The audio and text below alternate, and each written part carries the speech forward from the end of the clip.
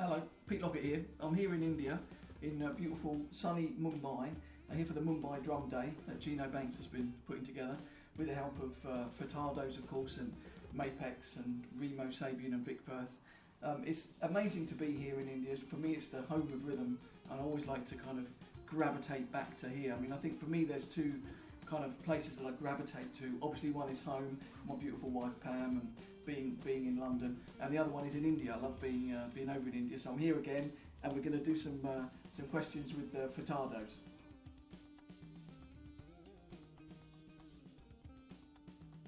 My dual setup actually comes from quite a long sort of history of you know, my drumming development. So originally I was a drum set player, and then after some time in London I started to kind of learn different sorts of percussion. The first, of course, was the Indian tabla. That was my first percussion instrument apart from the drum set.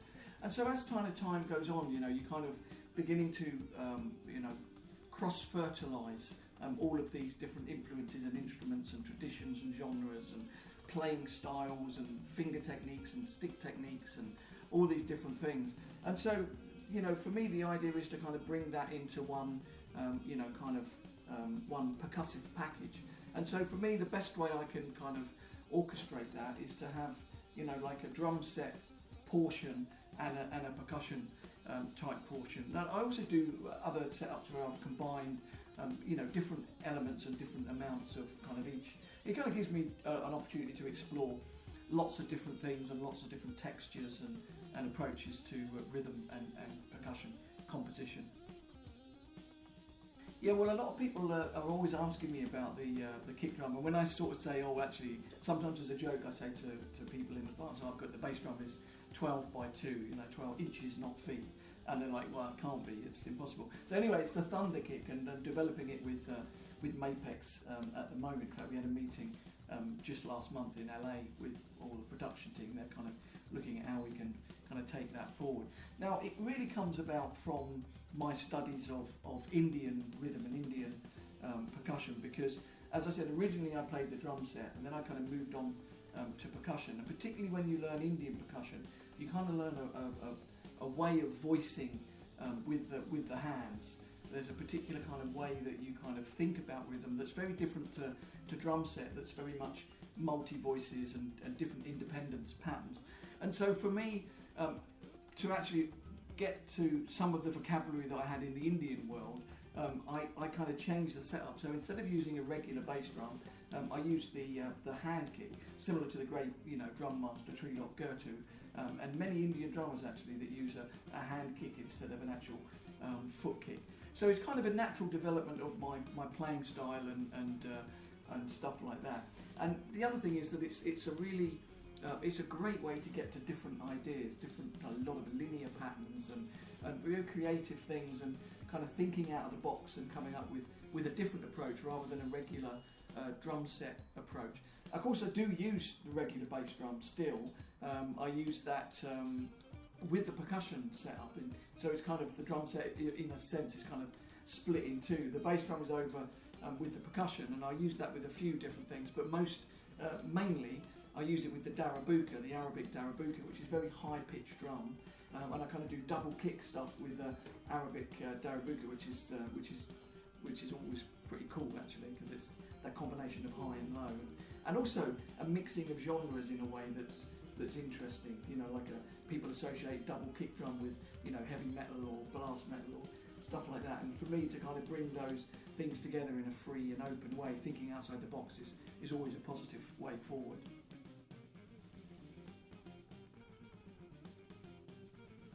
Mapex has really been on my radar for a long time, but for me, you know, the idea of being with a drum company that's very forward thinking, so they've got a very, you know, clear vision for the future with future development of products that come hand in hand with artist opinions. So you know, they'll get you on board to try and come up with ideas and ask what you want out of an instrument and how you want the instruments to develop. But of course, already at the moment, the Saturn and the Black Panther ranges are absolutely stunning. You know, with the clarity and the depth of sound.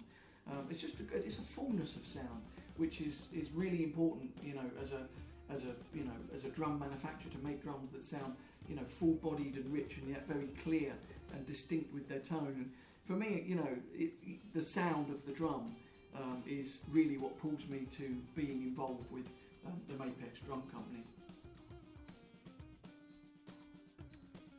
I discovered indie music quite by chance. It was a free concert that was near my friend's house, and one night we were eating dinner and this music came through the window and we went off and it was amazing actually. It was a free concert. It was Zakir Hussain and the late great Ali Akbar Khan. So it's quite a bit of a shock. I felt like I'd been you know, beamed up by Scotty onto the Starship Enterprise at that time. It was such an amazing thing to see, because I'd never heard any music at all like that. You know, at that time I was a punk drummer and, you know, kind of working on the London rock scene. So it was a complete, you know, kind of, it was a massive game changer for me. For me, the real essence of a lot of it is based around the Indian, you know, the Indian music scene and the tradition and culture that comes from India, both the north and the south, folk and traditional. Because I've studied, you know, that music in depth, it kind of makes, you know, collaboration with musicians from India not easy, but it makes it, you know, it makes a lot of the bridges are already built, and so, you know, we kind of know each other's kind of styles to a point. For me, it's very important to kind of get inside the cultures and understand the music, understand the people, and kind of what makes them tick. And, you know, kind of that's one of my starting points. But I still haven't worked out why they sound the horn so much.